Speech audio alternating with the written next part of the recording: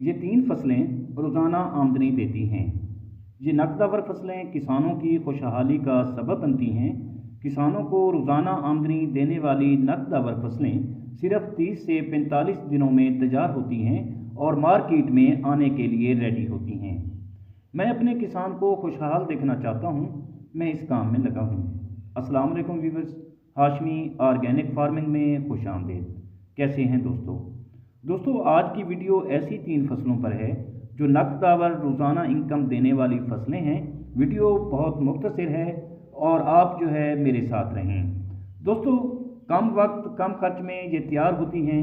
ये वीडियो उन किसानों के लिए है जो कम खर्च और कम वक्त में रोज़ाना इनकम हासिल करना चाहते हैं।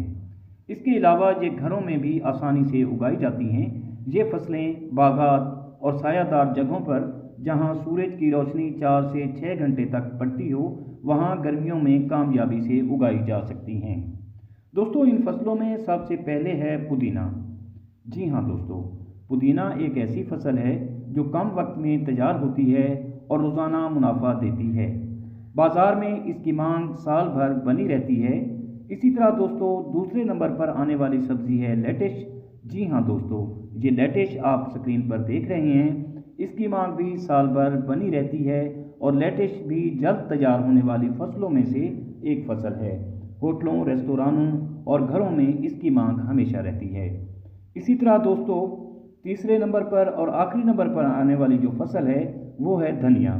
जी हाँ, जैसा कि आप स्क्रीन पर देख रहे हैं, ये है धनिया की फसल। और धनिया भी कम वक्त और कम खर्च में तैयार होती है और ये भी रोज़ाना इनकम देने वाली छोटी फसलों में शुमार होती है।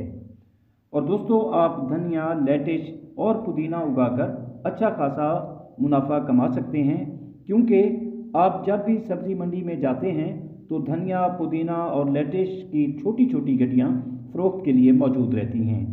तो आप भी इनको फ़रोख्त करके अच्छा मुनाफा कमा सकते हैं और रोज़ाना इनकम जनरेट कर सकते हैं। अगर आप इनकी एक गड्डी 5 रुपये में भी फ़रोख्त करें तो रोज़ाना 1 से 2 हज़ार गड्डियाँ फ़रोख्त कर सकते हैं। इस तरह आप रोज़ाना 5 से 10 हज़ार रुपये इनकम हासिल कर सकते हैं। दोस्तों, दुआ है कि अल्लाह हम सब पर मेहरबान रहे। आमीन। जल्द मिलते हैं किसी अगली वीडियो में। तब तक अल्लाह हाफिज़।